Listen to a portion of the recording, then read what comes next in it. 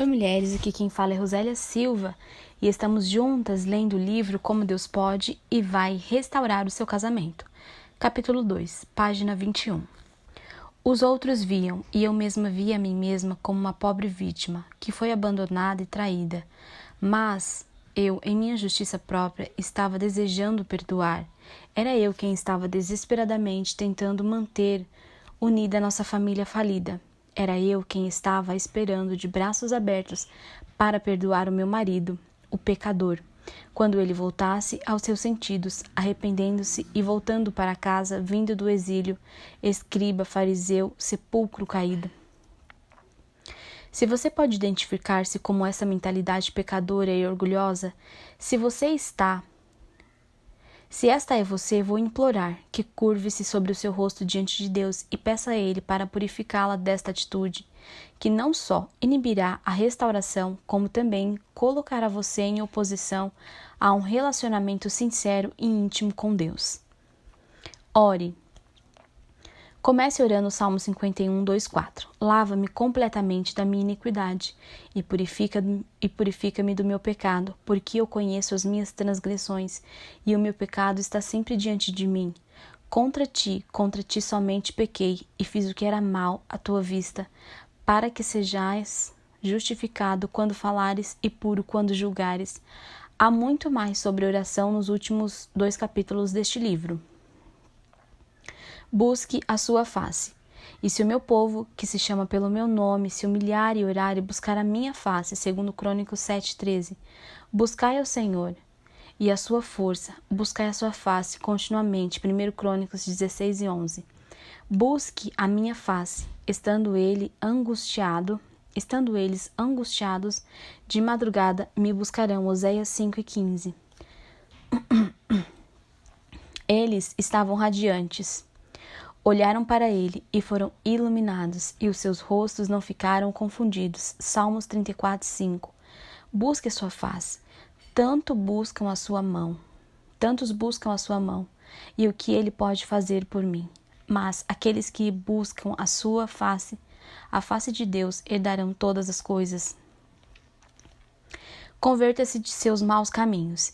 E se o meu povo, que se chama pelo meu nome, se humilhar e orar e buscar a minha face, e se converter de seus maus caminhos, segundo Crônicas 7:13, as Escrituras não são somente para a mente, mas para o coração e para a vontade. Para absorver o real impacto das Escrituras, temos que render nossas vidas e nossa vontade à orientação do Espírito. Temos que estar dispostas a nos superar. Temos que render frutos para Ele.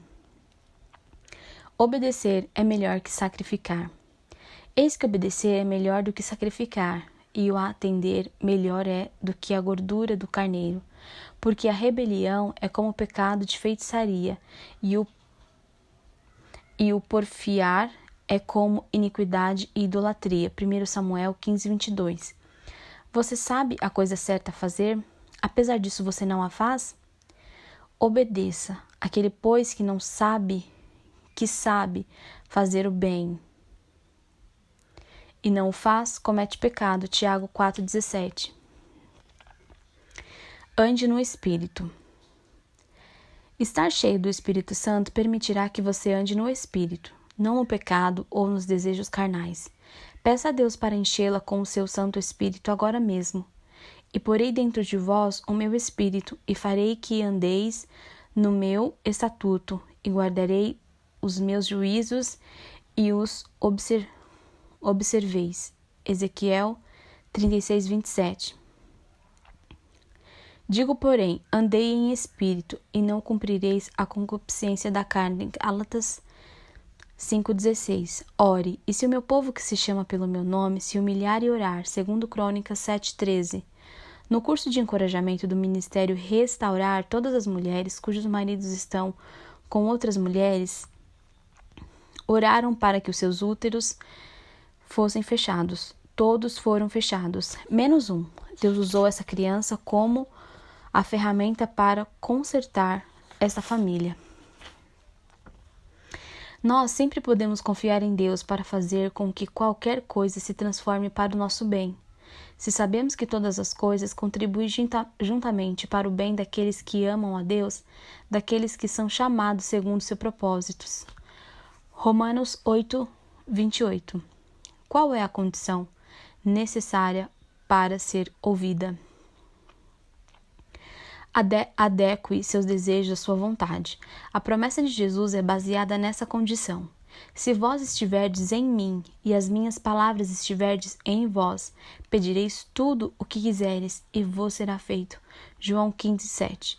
Quando seu coração descansa em Jesus, somente sua vontade é centrada na vontade dele. Você está realmente fazendo dele seu Senhor. E saber a sua vontade é saber a sua palavra. É a sua vontade que o seu casamento seja curado. Ele odeia o divórcio e nós devemos ser reconciliados. Porém, ele tem condições. A condição para toda bênção. Cada promessa dada por Deus tem uma condição para aquela bênção. Muitos clamarão uma parte das Escrituras, embora omitam as condições ou façam vista grossa a elas. Condição: crê no Senhor Jesus. Promessa: e serás salvo. Atos 16, 31. Condição: deleita-te também no Senhor. Promessa: e te concederá os desejos do teu coração. Salmos 37, 4. Condição: educa a criança no caminho que deve andar. Promessa: e até quando envelhecer, não se desviará dele. Provérbios 22, 6. Condição: primeira, daqueles que amam a Deus. Segunda, daqueles que são chamados segundo o seu propósito.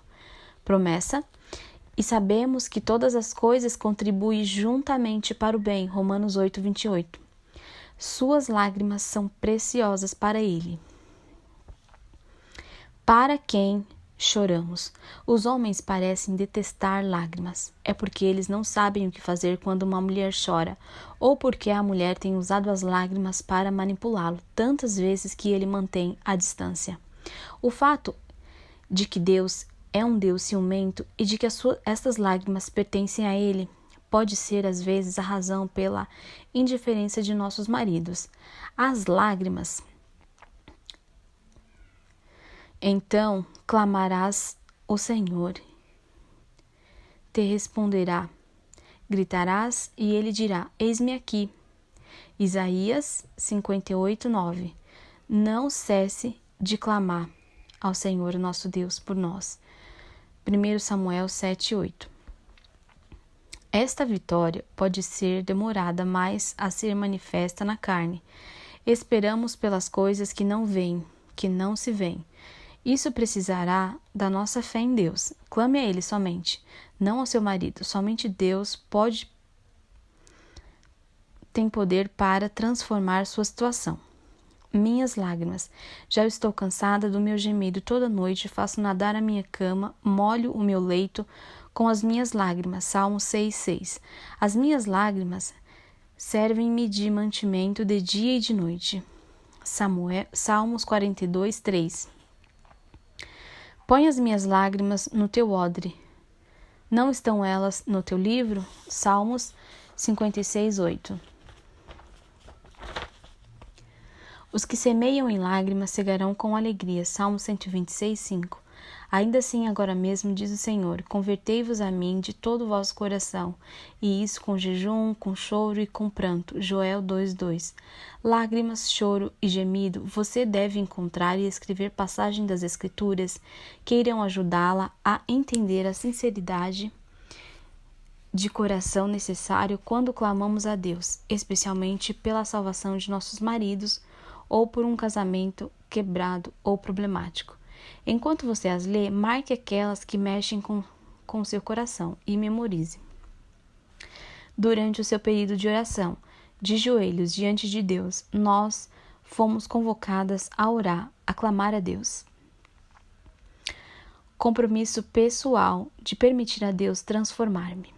Baseado no que aprendi da palavra de Deus, comprometo-me a permitir que Deus me transforme através de quaisquer meios ou pessoas que Ele escolher. Vou focalizar a minha atenção em transformar a mim mesma ao invés de ao meu marido ou a outros ao meu redor.